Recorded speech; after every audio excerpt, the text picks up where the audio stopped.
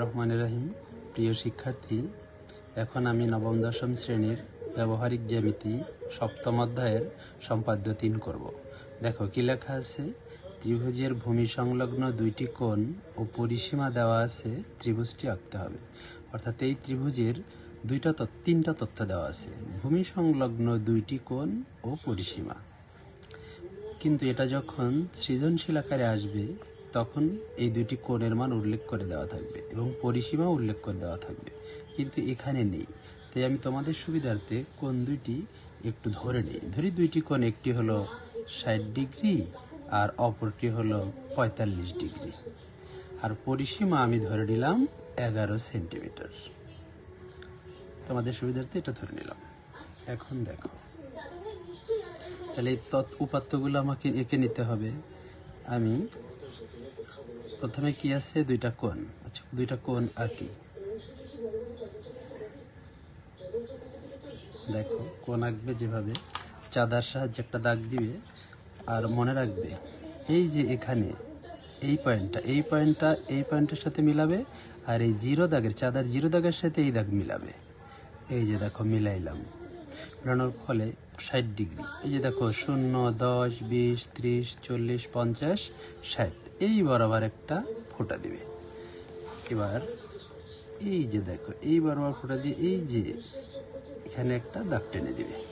তাহলে এটা হয়ে গেল ৬০ ডিগ্রি। তুমি যে কোনো একটি ব্যাসার্ধ নিয়ে এরকম বৃত্তচাপ এঁকে দিলে, তাহলে এই কোণটা হলো কত ডিগ্রি? ৬০ ডিগ্রি। আমি এটার নাম দিলাম এক্স। অপর কোণটি কত? ৪৫ ডিগ্রি। এখন দেখো, একইভাবে এইটা এই পয়েন্টের সাথে মিলাবে, আর এই ০ দাগের সাথে এই দাগটা মিলাবে। এই দাগটা ৪৫। এই যে দেখো, ০, ১০, ২০, ৩০, ৪০, ৪০ আর ৫০-এর মাঝেই যে দেখো একটা দাগ আছে, এটাই হবে ৪৫। সেখানে একটা চিহ্ন দিবে, তারপরে স্কেল দিয়ে এটা যোগ করে দিবে। এটা হলো ৪৫ ডিগ্রি। দেখো, যে কোনো একটি ব্যাসার্ধ নিয়ে একটি বৃত্তচাপ আঁকলে, তাহলে এটা হলো ৪৫ ডিগ্রি কোণ। নাম দিলাম ওয়াই। আর পরিসীমাটা কত ধরে নিয়েছি? পরিসীমা ধরেছি ১১ সেন্টিমিটার। নিয়ে নেই। এই যে দেখো, ১১ এই পর্যন্ত ১১ সেন্টিমিটার নিয়ে নিলাম। এই যে ০ থেকে ১১ সেন্টিমিটার, এটার নাম দিলাম আমি এস। এখন দেখো, এখন একদম সহজ। আমি যে কোনো রশ্মি ডিএফ নেই, যে কোনো রশ্মি ডিএফ, যে কোনো রশ্মি ডিএফ নিলাম। যে কোনো রশ্মি ডিএফ নিই, ডিএফ থেকে এস এর সমান করে, এস দেখো ১১ সেন্টিমিটার, এস এর সমান করে, এই যে এস এর সমান করে এই যে ১১ পর্যন্ত কেটে নিলাম। এস এর সমান করে ডিই অংশ কেটে নিই, ডিই অংশ কেটে নিই। এখন দেখো, কোণ ডি বিন্দুতে কোণ এক্স এর সমান করে, ডি বিন্দুতে কোণ এক্স এর সমান করে, অর্থাৎ কোণ এক্স এর সমান ব্যাসার্ধ নিয়ে একটি বৃত্তচাপ আঁকি। পরে এই যে বৃত্তচাপ, এই বৃত্তচাপের সমান করে এখান থেকে কেটে নেই। অর্থাৎ আমি হুবহু এক্স কোণের মতো কোণ ডি বিন্দুতে আঁকলাম। তাহলে এখানে এটার নাম দিলাম আমি এল। অর্থাৎ ডি বিন্দুতে কোণ এক্স এর সমান করে কোণ ডি বিন্দুতে কোণ এক্স এর সমান করে কোণ এল ডি ই আঁকি।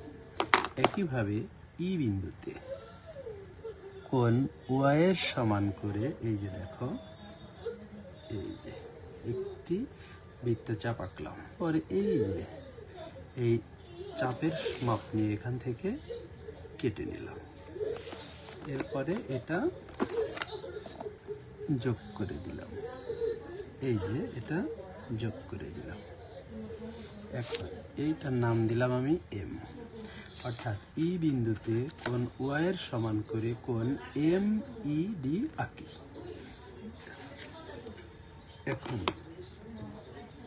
এখন আমি যে কাজ করব, এই ডি কোণটাকে সমাদ্বিখণ্ডিত করব, অর্থাৎ এই যে এই বৃত্তচাপের সমান অর্থাৎ অর্ধেকের, এই যে অর্ধেকের বেশি বা সমান নিলেও সমস্যা নেই, আমি এতটুকুই নিলাম। এই নিয়ে এখান থেকে একটি বৃত্তচাপ আর এখান থেকে একটি বৃত্তচাপ আঁকলাম, অর্থাৎ এই কোণটাকে সমান দুই ভাগে বিভক্ত করলাম। দেখো এখন আমি এই যে সমাদ্বিখণ্ডিত করলাম, এটার নাম দিলাম আমি জি।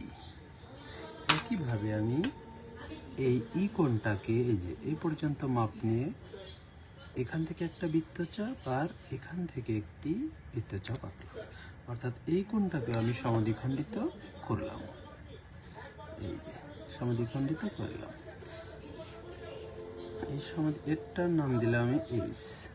আর এই সমাদ্বিখণ্ডক দ্বয় পারস্পরিক বিন্দুতে ছেদ করেছে, অর্থাৎ কোণ এল ডি ই এর সমাদ্বিখণ্ডক ডিজি আঁকি এবং কোণ এম ই ডি এর সমাদ্বিখণ্ডক ইএইচ আঁকি। সমাদ্বিখণ্ডক দ্বয় পরস্পর এ বিন্দুতে ছেদ করে। এখন এই এ বিন্দুতে এই যে অর্ধেক কোণ আছে না, এই যে এই পর্যন্ত, এই যে এইটুকু, অর্থাৎ এই যে এখান থেকে এইটুকু কোণের সমান করে এইখানে আমাকে কোণ আঁকতে হবে। তাহলে আমি এই যে এই ব্যাসার্ধের সমান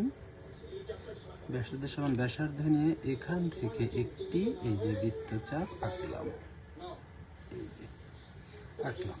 তারপরে এই যে বৃত্তচাপের মাপ এই যে অর্ধেকটুকু, এই যে এই অর্ধেকটুকু সমান করে আমি এখান থেকে এই যে কেটে নিলাম। তারপরে আমি এই যে এখান থেকে এটা যোগ করে দিলাম, অর্থাৎ এই কোণ আর এই কোণ সমান, এটার নাম দিলাম আমি ডি। ঠিক একইভাবে এই যে এই ব্যাসার্ধের সমান নিয়ে এখান থেকে এখানে একটি বৃত্তচাপ আঁকলাম। এই যে এইটুকুর সমান করে, এই অর্ধেকটা সমান করে এখান থেকে আমি কেটে নিলাম,